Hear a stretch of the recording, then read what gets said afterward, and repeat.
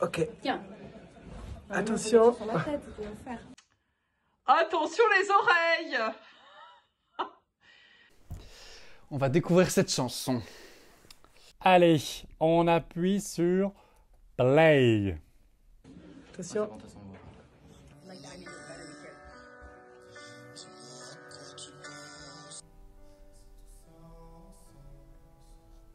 Les mains comme Lazara. On est sur un thème main. Piano-voix. Ah mais il chante en live.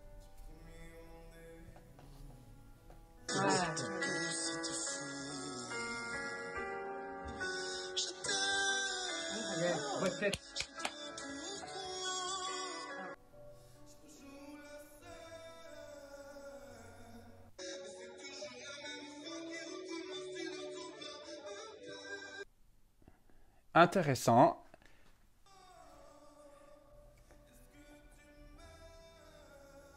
Barbara Pravi vibe.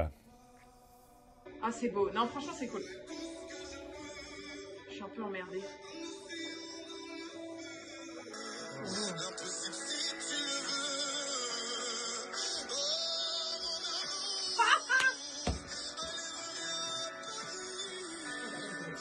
Reviens à Paris. T'as entendu?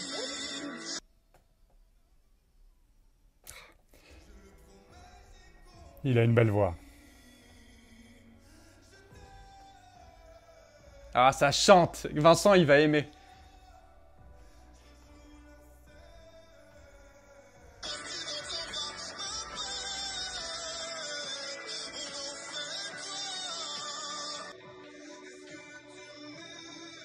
Bon non, c'est donc tout complètement enregistré. Il ne chante pas du tout en live.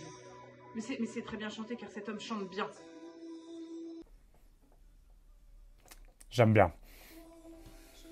Par contre, cette réal, mais putain, qu'est-ce qu'on s'emmerde. Je suis désolée, on se fait chier. Ça va être sobre. La mise en scène va être très sobre. Et c'est pas mal, hein?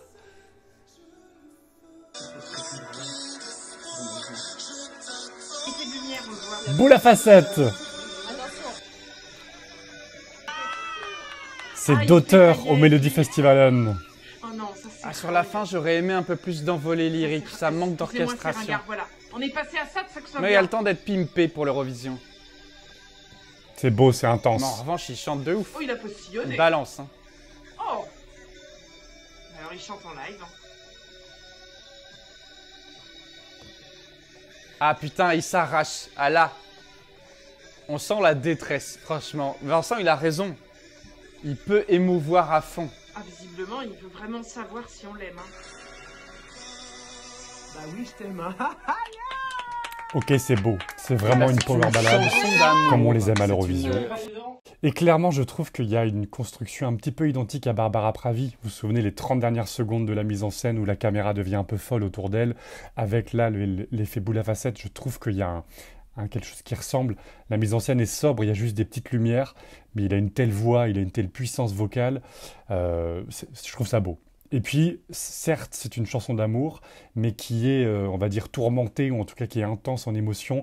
C'est pas juste l'amour, l'amour c'est beau, les petits oiseaux. C'est un peu plus dark, en fait. Du coup, c'est un peu plus triste. Et c'est plus beau, je trouve. Donc, je suis vraiment convaincu déjà par sa voix, sa prestation, sa prestance. Ça, c'est vraiment incroyable. Je trouve quand même qu'il manque un peu d'orchestration, limite un peu plus épique sur la dernière minute. Vraiment avec des sonorités encore plus fortes, un peu orchestrales, on imagine. Rajouter des violons, rajouter des éléments comme ça. Mais c'est une très belle performance. Chapeau l'artiste. Franchement, c'est bien. Franchement, je pense que ça peut aller loin. Je crois que je vais bien aimer. Voilà, c'est la première écoute, je vais me la repasser 2-3 fois et ça, je suis sûre que je vais la hurler, ça. Je vais la hurler très très vite. Putain, les gars, je vous déteste. Je suis en train de bien aimer l'Eurovision, je crois. Oh, ça me pendait au nez. Non, franchement, je pensais que ce serait à chier. Et voilà, et c'est bien. Bon, bah voilà. Bon, bah... Bravo la France, vive Alexandra Red. C'est une chanson d'amour classique. On est sur un registre hyper classique.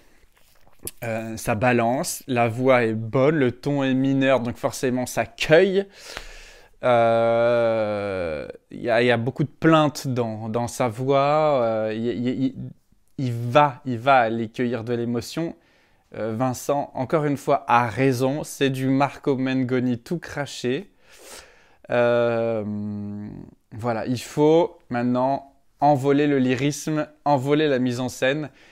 Et ça peut surprendre comme Barbara Pravi. Franchement, je pense qu'il y a moyen de faire un beau score. Mais je me prononcerai moins hâtivement que l'année dernière, cette année.